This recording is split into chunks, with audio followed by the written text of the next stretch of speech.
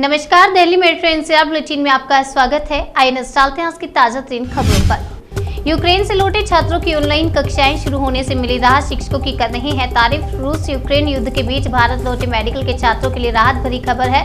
Ukraine के विभिन्न medical कॉलेजों के शिक्षक ऑनलाइन क्लास ले रहे हैं। कोरोना के नए मामलों में आज दर्ज हुई बढ़ोतरी। पिछले 24 घंटों में 1938 मामले आए सामने। देश में पिछले 24 घंटों में कोरोना वायरस के 1938 नए केस सामने आए हैं और 67 लोगों की मौत हो गई। कल कोरोना के 1778 केस दर्ज किए गए थे। महंगाई पर संजय राउत ने मोदी सरकार को घेरा, कहा मुद्दा द कश्मीर फाइल्स नहीं, महंगाई और बेरोजगारी है। शिवसेना ने बढ़ती महंगाई को देखते हुए केंद्र की बीजेपी सरकार पर हमला बोला है। शिवसेना के नेता संजय राउत ने पेट्रोल, डीजल और एलपीजी के दाम में हुई बढ़ोतरी पर केंद्र सरकार से कई सवाल पूछे हैं।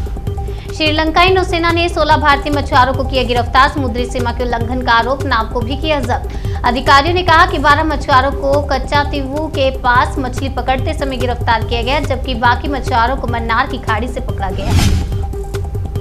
बीरभूम हिंसा के बाद भी बवाल जारी, एक और टीएमसी नेता की हत्या। हुगली में पार्टी की महिला पार्षद को भी गाड़ी से कुचलने की कोशिश।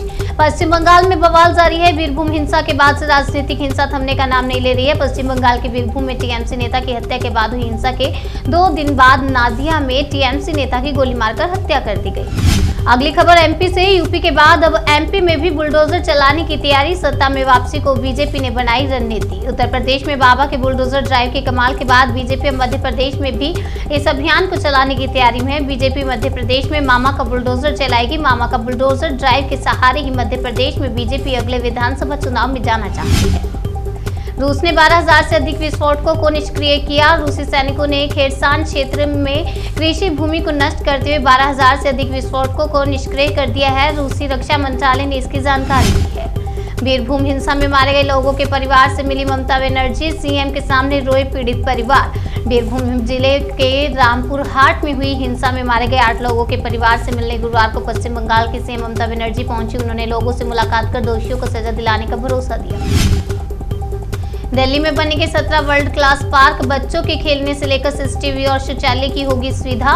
केजरीवाल सरकार ने शहर में 17 विश्व स्तरीय पार्क विकसित करने का फैसला किया है। इस संबंध में 15 दिन के भीतर रिपोर्ट पेश करने के अलावा 1500 पार्कों को 450 रेजिडेंट वेलफेयर एसोसिएशन के साथ बेहतर बनाए जा रहे हैं।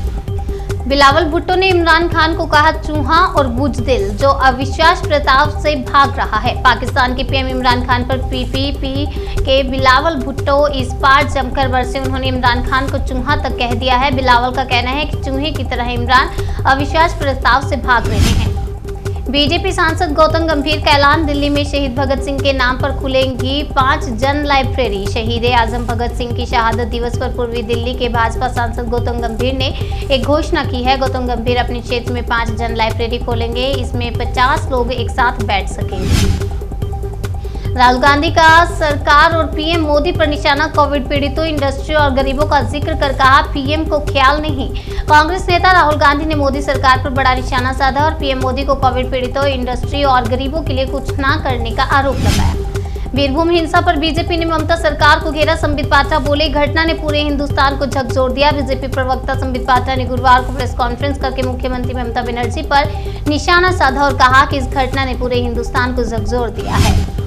कोलकाता हाईकोर्ट के निर्देश पर हिंसा प्रभावित इलाके में लगे सीसीटीवी कैमरे 24 घंटे होगी निगरानी। हाईकोर्ट के निर्देश के मुताबिक घटनास्थल पर 24 घंटे कैमरे से निगरानी रखी जाएगी। कोर्ट ने आदेश दिया था कि सीसीटीवी के डीवीआर ज्यादा मेमोरी के होने चाहिए। कैमरे डिस्ट्रिक्ट जज की मौजूदगी में लगाए जाएंगे। यूक्रेन को 5000 टैंक रोधी हथियार सौंपेगा स्वीडन। रूस ने परमाणु हथियारों के इस्तेमाल की दी धमकी। रूस और यूक्रेन के बीच 9 ह्यूमैनिटेरियन कॉरिडोर को खोलने पर सहमति बनी है और दोनों मुल्कों के बीच युद्ध 29वें दिन में प्रवेश कर गया है।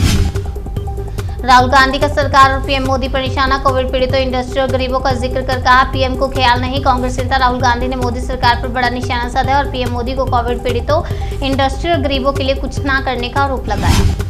बीरभूम हिंसा से जुड़ी खबर। जांच रिपोर्ट से बड़ा खुलासा। जिंदा जलाने से पहले लोगों को बुरी तरह से पीटा गया। रामपुर हाट के बोगतुई गांव में मंगलवार को तड़के करीब 1 दर्जन मकानों में कथित तौर पर आग लगा देने से 2 बच्चों समेत कुल 8 लोगों की जलकर मौत हो गई थी। बीजेपी का ममता सरकार पर हमला, कहा घटना हिंदुस्तान के लिए चिंता का विषय। भारतीय जनता पार्टी का बंगाल के बीरभूम में नृशंस हत्याकांड पर राज्य की ममता बनर्जी सरकार पर हमला लगातार जारी है। पार्टी के प्रवक्ता संबित पात्रा ने कहा कि बंगाल के बीरभूम में जो हत्याएं हुई हैं उसने पूरे हिंदुस्तान को झकझोर दिया है। बंगाल में जिस तरह से 6 और महिलाओं और 2 बच्चों को जिंदा जलाया गया है, पूरे हिंदुस्तान के लिए चिंता का विषय है।